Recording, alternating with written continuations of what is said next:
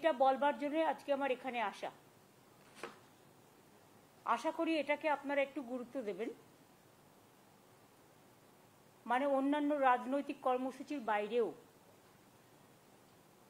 রাজনৈতিক কর্মসূচি হলে আমি কালকেই বলে দিতাম মিটিং থেকে, কিন্তু এটা সরকারি কর্মসূচি।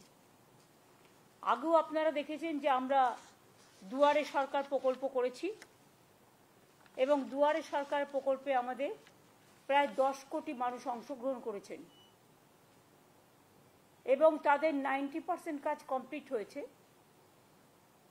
কিন্তু কিছু পড়ে আছে 10% বিভিন্ন স্কিমের ব্যাপারে। সেই স্কিমে যারা অ্যাপ্লাই অলরেডি করেছেন তাদেরটা আমরা ডিসেম্বর মাস থেকে শুরু করব, বিশেষ করে যেগুলো আমরা করতে পারি, যেমন লক্ষ্মীর ভাণ্ডার বা এই টাইপের কিছু স্কিম।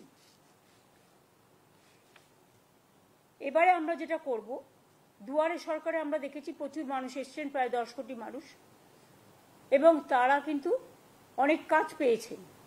একেবারে কাস্ট সার্টিফিকেট থেকে শুরু করে, লক্ষ্মীর ভাণ্ডার থেকে শুরু করে, কৃষিজীবী মানুষদের, ছাত্রছাত্রীদের অনেকটাই আমরা চেষ্টা করেছি করতে। এবারে আমরা একটা প্রোগ্রাম নিচ্ছি, যেটা আমরা চিফ সেক্রেটারি, আমি এবং ডিজি পুলিশ আছেন। এই প্রোগ্রামটার নাম হবে আমাদের পাড়া আমাদের সমাধান। মনে রাখবেন, গভর্নমেন্টের সব ডিপার্টমেন্ট মিলে যে বড় বড় কাজগুলো করে, সেই কাজগুলো যেমন চলছে, যা চলছে সেগুলো চলবে। পয়সা যতটা জোগাড় করতে পারবো সেই হিসেবে চলবে। এখন তো 100 দিনের কাজের টাকাও বন্ধ, গ্রামীণ আবাস যোজনার টাকাও বন্ধ, গ্রামীণ রাস্তার টাকাও বন্ধ। গত 24-এর ইলেকশনে আমি দেখেছিলাম বিজেপির অনেকগুলো প্রচার করেছিল টিভিতে, জল মিশন, জল জীবন, অনেক ছবি দেখিয়েছিল, আমি নিজে দেখেছিলাম অ্যাডগুলো। যদিও সেখানে 90% টাকা আমাদের দিতে হয়, মানে পুরো মেনটেনেন্স আমাদের করতে হয়, ল্যান্ড আমাদের দিতে হয়, পাইপ আমাদের নিয়ে যেতে হয়, তা সত্ত্বেও আমাদের 60% টাকাও দিতে হয়, ওরা মাত্র 40% দেয়। এবং তার মধ্যে মেনটেনেন্স ধরা নেই, তার মধ্যে ল্যান্ডের দাম ধরা নেই, তার মধ্যে কিছুই ধরা নেই। কিন্তু সেই টাকাটাও বন্ধ করে দিয়েছে। যেটা আমাদের জল স্বপ্ন প্রকল্প, যেটা আমরা মানুষকে বলেছিলাম পৌঁছে দেবো সবটা, আমরা প্রায় 98 লক্ষ মানুষের বাড়িতে বাড়িতে জল, নলবাহিত জল পৌঁছতে পেরেছি। কিন্তু এখনো অনেক জায়গায় পাইপ পড়ে আছে। কিন্তু যেহেতু টোটাল ফান্ডটা গভর্নমেন্ট অফ ইন্ডিয়া বন্ধ করে দিয়েছে, তাই আমরা জমি দেওয়া সত্ত্বেও, আমরা পাইপ ফেলা সত্ত্বেও, আমরা আমাদের টাকা দেওয়া সত্ত্বেও সেই কাজটা এখন আটকে আছে। এখন আমাদের প্রায় 94টা সোশ্যাল স্কিম চালাতে হয়। আমাদের 100 দিনের কাজের বদলে কর্মশ্রী হয়েছে। আমি আপনাদের আগেই বলেছি প্রায় 75 লক্ষ জব কার্ড হোল্ডারদের আমরা কাজ দিয়েছি। এছাড়াও আরও যে স্কিম আছে, লক্ষ্মীর ভাণ্ডার বলুন, কৃষক বন্ধু বলুন, সবুজ সাথী বলুন, তরুণের স্বপ্ন বলুন, ঐক্যশ্রী বলুন, শিক্ষাশ্রী বলুন, মেধাশ্রী বলুন, সবুজশ্রী বলুন, 94টা স্কিম গভর্নমেন্টের আছে। এই টোটালটাই আমরা চালাই। স্বাস্থ্য সাথী থেকে শুরু করে, বিনা পয়সায় রেশন দেওয়া থেকে শুরু করে, আমরা সবটাই চালাই। কিন্তু আমাদের প্রায় 1,75,000 কোটি টাকার উপরে, এখন টাকাটা আরও বেড়েছে। সেন্ট্রাল গভর্নমেন্ট আমাদের টাকা আটকে রেখেছে, আমাদের দেয়নি, আমাদের পাওনা টাকা, বকেয়া টাকা। কিন্তু তা সত্ত্বেও বাংলার মানুষের আশীর্বাদের, শুভেচ্ছা এবং দোয়ায় বলতে পারেন আমরা চেষ্টা করছি কেন্দ্রীয় সরকারের বৈষম্য বঞ্চনা সত্ত্বেও মানুষের কাজ, মানুষের মুখের হাসি যেন কেউ কেড়ে নিতে না পারে। দুয়ারে সরকারে আমরা দেখেছিলাম আগে মানুষকে এখানে ওখানে ঘুরে বেড়াতে হতো, কিন্তু দুয়ারে সরকারে অনেক মানুষ নিজে আসতেন এবং নিজের কথাটা বলতে পারতেন। অনেক সুযোগ আমরা দুয়ারে সরকার থেকে অনেক মানুষের কাছে পৌঁছাতে পেরেছি। সেই জন্য দুয়ারে সরকারে যারা পার্টিসিপেট করেছিলেন, অফিসার সহ, সরকারি কর্মচারী সহ, বিডিও, এসডিও, ডিএম, আইসি, ওসি, এসপি, অ্যাডিশনাল এসপি সহ, ডিএসপি সবাই সহ, সাধারণ মানুষও যারা এসছিলেন তাদের কাছে আমরা কৃতজ্ঞতা জানাচ্ছি। আমরা অনেক সময় দেখি ছোট ছোট পাড়ায় হয়তো একটা কলের দরকার, হয়তো একটা ছোট্ট পাড়া তার একটা ছোট্ট গ্রামীণ রাস্তা অল্প করে করে দিলে তাকে কাদায় হাঁটতে হয় না। অনেক সময় আমরা বিদ্যুৎ পৌঁছেছি অনেক জায়গাতেই, কিন্তু বাই চান্স যদি কোনো জায়গা বাদ হয়ে যায়, যেখানে ইলেকট্রিসিটি নেই, হয়তো একটা ইলেকট্রিক পোল বসাতে হবে বা বর্ষায় ভেঙে গেছে, এই রকম ধরনের ছোট ছোট কাজগুলো। ধরুন একটা আইসিডিএস সেন্টারের বাড়ি ভেঙে পড়েছে, তার ছাদটা করে দিতে হবে। ধরুন একটা স্কুলের ছাদটা দিয়ে জল পড়ছে, ওই ছাদটা করে দিতে হবে, পুরো স্কুল বিল্ডিং নয়, ছাদটা। এই রকম ছোট ছোট কাজের জন্য আমরা একটা প্রোগ্রাম নিয়েছি গভর্নমেন্টের, আমাদের পাড়া আমাদের সমাধান। এক্ষেত্রে সিস্টেমটা হচ্ছে আমাদের সরকারি প্রকল্পে অনেক মানুষ অংশ নিয়েছেন, এবার মানুষের প্রকল্পে আমাদের সরকার পথে নামছেন। যদিও এটা খুব ছোট্ট প্রোগ্রাম, কিন্তু যদি বিস্তৃতি দেখেন তাহলে এর বিস্তৃতি খুব ব্যাপক। মাননীয় প্রধানমন্ত্রীজি বারবার বলেছেন আত্মনির্ভরশীলতার কথা, কিন্তু কার্যক্ষেত্রে কিছু হয়নি, করতে হয় টোটালটাই স্টেটকে। আমরা এখানে কি করছি, আমরা যেটা আমাদের পাড়া আমাদের সমাধান, সারা দেশে এইরকম উদ্যোগ এই প্রথম। এখানে মানুষ নিজেদের বুথে, ওই ব্রিজ নয় বা স্কুল নয় বা বড় বড় প্রোগ্রাম নয়, সেগুলো যেমন ডিপার্টমেন্ট করে ডিপার্টমেন্ট করবে, এটা এক্সট্রা প্রোগ্রাম। গ্রামে ছোট ছোট সমস্যা থাকে, সেটা আমাদের সরকারি অফিসাররা শুনবেন এবং তাদের একটা জায়গায় একত্রিত করবে। 3টে করে বুথ নিয়ে একটা সেন্টার হবে, একটা পাড়া হবে, এবং 3টে বুথ নিয়ে আমাদের 80,000 বুথ আছে। এটা করতে 2 মাস সময় লাগবে, কারণ একটা বুথ থেকে আরেকটা বুথে যাবে, একটা বুথ থেকে আরেকটা বুথে যাবে, এবং একদিন করে প্রত্যেকটা বুথে তারা সারাদিন থাকবে এবং সেখানকার সাধারণ মানুষ তাদের জন্য একটা করে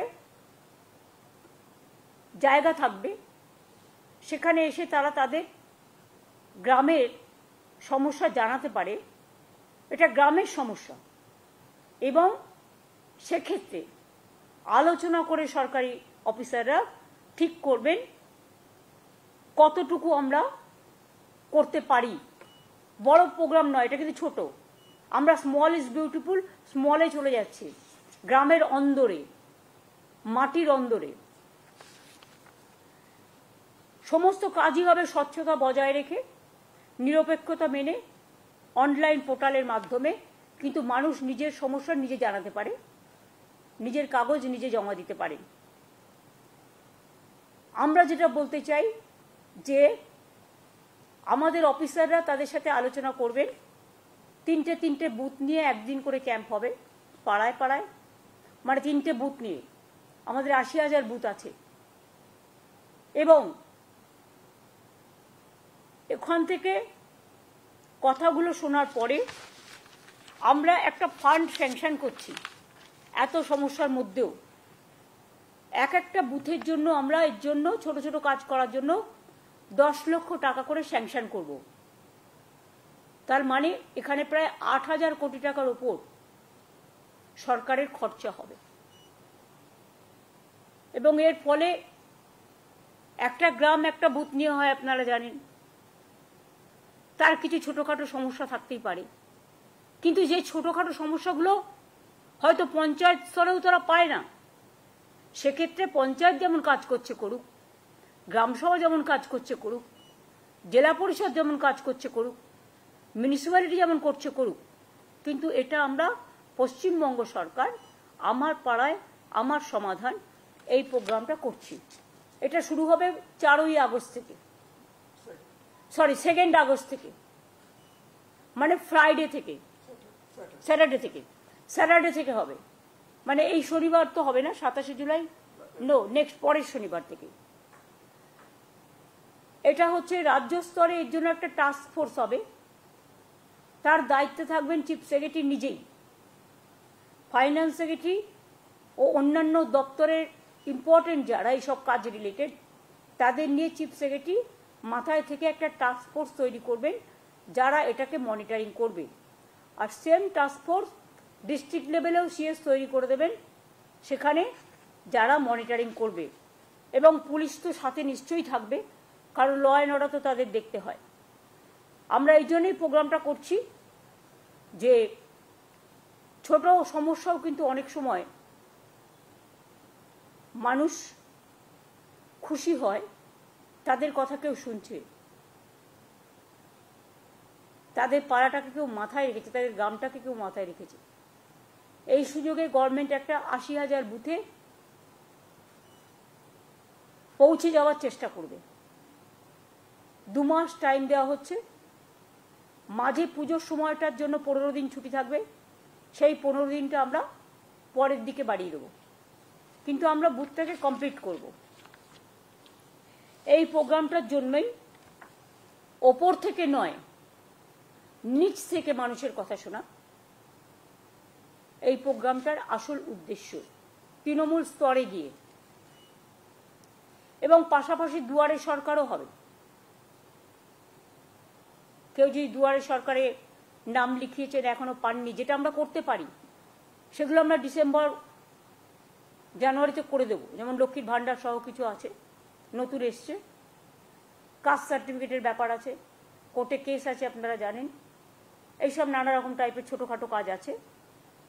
এইটাই হচ্ছে মেন আমাদের প্রাথমিকতা, যে মানুষ নিজেকে নিয়ে গর্বিত করুক, গর্ব করুক, নিজেকে সম্মানিত করুন। সরকারের কাছে কাউকে পৌঁছতে হবে না, সরকার তাদের দরজায় পৌঁছে যাবে। আমরা দুয়ারে সরকার করেছি, আমরা দুয়ারে রেশন করার চেষ্টা করেছি, পাড়ায় পাড়ায় গিয়ে রেশন দেওয়া হচ্ছে। সেইভাবে এটা আমাদের পাড়া আমাদের সমাধান। 3টে করে বুথ নিয়ে একদিন করেই ক্যাম্প হবে। সকলের সহযোগিতা কামনা করব।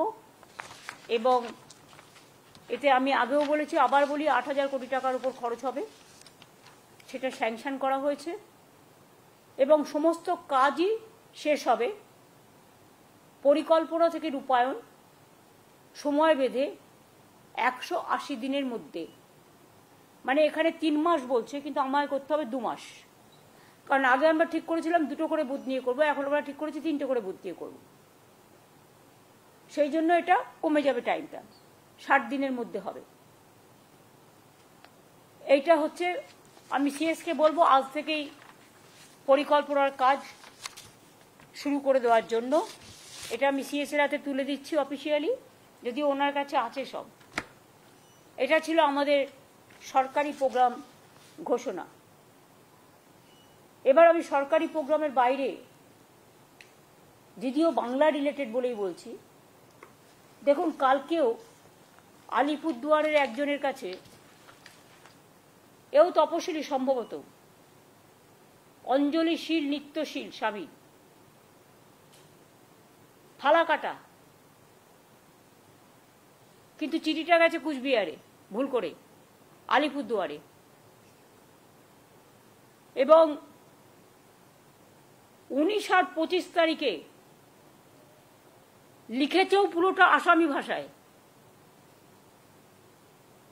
এবং আসাম গভর্নমেন্ট থেকে। এই দেখুন, ফরেনার্স ট্রিব্যুনাল কোকরাঝড়, এখান থেকে চিঠিটা গেছে। বাংলার ব্যাপারে আসাম কি করে হস্তক্ষেপ করে? এটা শুধু আনএথিক্যালি নয়, আনকনস্টিটিউশনাল, ইললিগাল, এবং ওরা কিন্তু সীমারেখা লঙ্ঘন করছেন। আমি ডাবল ইঞ্জিন সরকারকে, বিজেপিকে বলবো, নিজেদের চরকায় তেল দিন, ওখানে তো কালী মন্দিরও ভাঙছেন, দাঙ্গা করছেন, ঘরবাড়ি পুড়িয়ে দিচ্ছেন, মানুষ উচ্ছেদ করছেন, ডিটেনশন ক্যাম্পে সবাইকে রেখে দিয়েছেন, অনেক মানুষের নাম বাতিল করেছেন। এইভাবে যদি মনে করেন আপনারা দেশ চালাবেন, দেশটা কিন্তু বিভক্ত হয়ে যাবে, এবং দেশ যদি একবার বিভক্ত হয়ে যায় তাহলে দেশের শক্ত কাঠামোটা নষ্ট হয়ে যাবে। এটা আমরা কেউ চাই না। আমরা চাই আমাদের দেশ ঐক্যবদ্ধ, শক্তিশালী থাকুক। এটা যদি কেউ চান, আসামি ল্যাঙ্গুয়েজে লিখেছে, আমি সৌম্যকে দিয়ে দিচ্ছি, সব প্রেসকে একটা করে কপি দিয়ে দেবে। আমি নিজে ভাষাটা পড়লাম, প্রথমে দেখে মনে করবেন ওটা বাংলা ভাষা, তা নয়। আসামি ভাষার সাথে বাংলা ভাষার কিছুটা মিল আছে, আমরা বুঝতে পারি, কিন্তু সবটা তো বুঝতে পারি না, কারণ সবটা সম্বন্ধে আমরা তো অভ্যস্ত নই। কিন্তু ডিটেলস ছুটিটা পুরো আমি বুঝতে পারলাম, লিখেছে আসামি ভাষায়। এবার দেখুন, বাংলাদেশ সাসপেক্ট করে আজকে আবার একটা চিঠি এসছে গভর্নমেন্ট অফ ইন্ডিয়া থেকে, হয় হরিয়ানা থেকে, হরিয়ানার গুরগাঁও থেকে, ডাবল ইঞ্জিন সরকার। সেখানে অনেকগুলো নাম দিয়ে বলা হচ্ছে, in all district Kolkata, district collector মানে ডিএমদের কাছে, মালদা জেলা, দক্ষিণ দিনাজপুর জেলা, উত্তর দিনাজপুর জেলা, নদিয়া জেলা, মুর্শিদাবাদ জেলা, কুচবিহার জেলা, উত্তর 24 পরগনা জেলা, এবং এসপিকেও বলা হয়েছে যে নামগুলো সব ভেরিফাই করে ইমিডিয়েট আমাদের জানাও, এমএইচ এর গাইডলাইন্স অনুযায়ী। এরা কি চাইছে, বাংলাটাকে দখল করতে নাকি? মানে গায়ের জোরে বাংলা রাজ্যটাকে উঠিয়ে দিতে? ভাষা সন্ত্রাস চলছে, মানুষের উপর অত্যাচার সন্ত্রাস চলছে। এবার প্রত্যেকটা জেলা চুনকে চুনকে, মানে বেছে বেছে জেলার মানুষদের যাতে সংকটে ফেলা যায়। আমি সবাইকে বলবো, কেউ ভয় পাবেন না, আমরা আমাদের কাজ আমাদের মতো করব, মানুষকে রক্ষা করা আমাদের দায়িত্ব এবং কর্তব্য। এই সব করে ভোটার লিস্ট থেকে নাম বাদ দিয়ে বিজেপি যদি মনে করেন মহারাষ্ট্র দিল্লির মতো বাংলায় জিতবেন, তাহলে ভুল করছেন। মানুষের বিস্ফোরণ গতকাল আপনারা দেখেছেন, কাউকে আমরা নিয়ে আসিনি, তারা নিজেদের তাগিদে এসছেন। এবং এটাও যদি চান, এটাতেও প্রায় নাম আছে 52 জনের।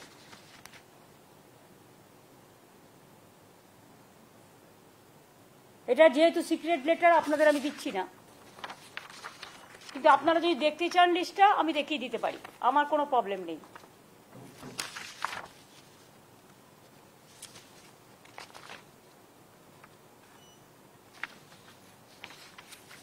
এই দেখুন ফুল পেজ লিস্ট, দেখুন ফুল পেজ লিস্ট,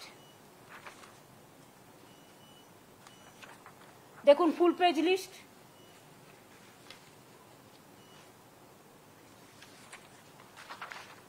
দেখুন ফুল পেজ লিস্ট, দেখুন ফুল পেজ লিস্ট, 52 পর্যন্ত সিরিয়াল।